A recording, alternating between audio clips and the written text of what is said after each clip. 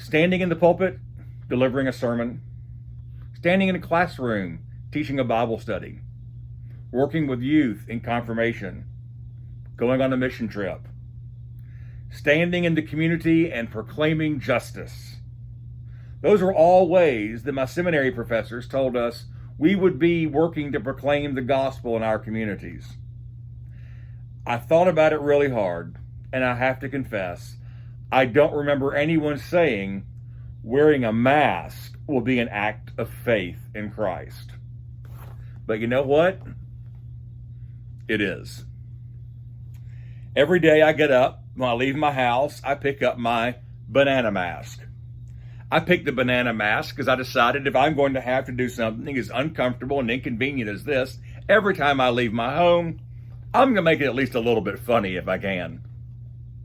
That's really what it is, isn't it? It's uncomfortable and it's inconvenient. On more than one occasion, I've had to go back to the house because I forgot my mask. On more than one occasion, I have gotten out of my car and walked across a parking lot in July Mississippi heat, thinking to myself, why, oh God, do I have to wear this thing on my face? It's a good question. We don't actually have to do it. There's no law. Some folks think there ought to be a law, but there's not a law. There's not even a mandate to speak of. We're told we need to do it, but it's one of those laws that no one's really going to enforce. So why do it? Why wear this on our face in this heat when we don't have to? Well, I think that this is one of those rare moments when we really can ask ourselves, what would Jesus do? And know the answer. I think Jesus would wear a mask. An inconvenient, uncomfortable mask. And I'll tell you why. I think Jesus would do it for two reasons. The first is because it is uncomfortable and inconvenient, and frankly, so is the gospel. The gospel of Jesus Christ is uncomfortable and it's inconvenient in the world. The gospel runs against the assumptions of the world. The world says, if it's uncomfortable and inconvenient for me, I don't have to do it. Well, it's not exactly how Jesus functioned, was it? I'm guessing that a lot of things that Jesus went through, he felt were inconvenient, uncomfortable, and yet he did them anyway. So the very nature of the gospel, I think, leads us to understand why Jesus would put them on, a mask on every morning. But I think there's something else too. I think we have to remember that the gospel of Jesus Christ is not just about me or you or any one of us. It's not just about my relationship with Jesus. You see, when the gospel becomes about my relationship with Jesus, I miss out on a whole lot of what the gospel is about. See, the gospel is not merely about me doing what Jesus wants so Jesus will be happy. It's about me. It's about you. It's about all of us doing what Jesus taught us so God's world will be better. You know, it's hard to imagine that putting this thing on every morning really has an impact on God's world. But the fact of the matter is it does.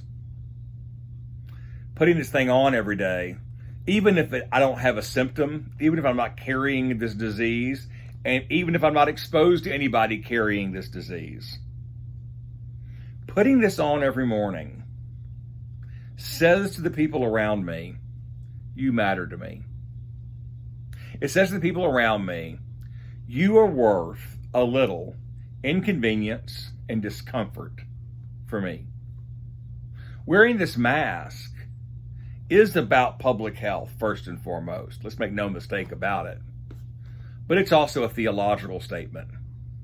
It's a statement about the gospel guiding us to live our lives, not just for ourselves, but with and for one another. For a few weeks there, a few wonderful weeks, we were able to have worship out on the front lawn. And it was June and early July. And oh, good Lord, was it hot out there in that sun. Even at 9 o'clock in the morning, it was really hot and humid. And every single person had on a mask. And I would wager to say every single person had on a smile behind that mask. Because we knew that being together mattered so much. Just the act of being with one another lifted all of our spirits. And the cost of admission to doing that, one of these things. Taking that little gesture was worth it to be with one another. It's worth it to protect one another. Wearing a mask, I never thought would be a Christian gesture, but it is. As disciples of Jesus Christ, we are called to care for, and we are called to watch out for, and to live for one another. To make choices that benefit not just ourselves, but our community of faith and our community in the world. This is part of doing that. We live in a troubled time right now. A time when we are all anxious about a disease we cannot get under control. A world that we can't get to slow down for us. And it seems like this is the thing we've chosen to fight about.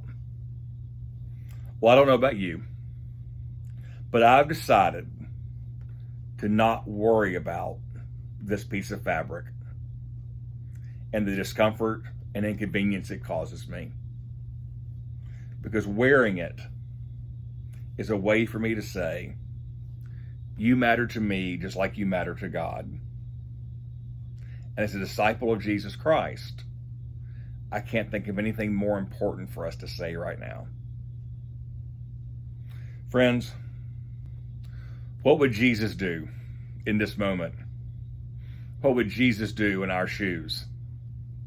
I think Jesus would do what so many of us feel called to do, which is to wear a mask, care for one another, and bear witness to the truth that each and every person we encounter is valuable and beloved to God.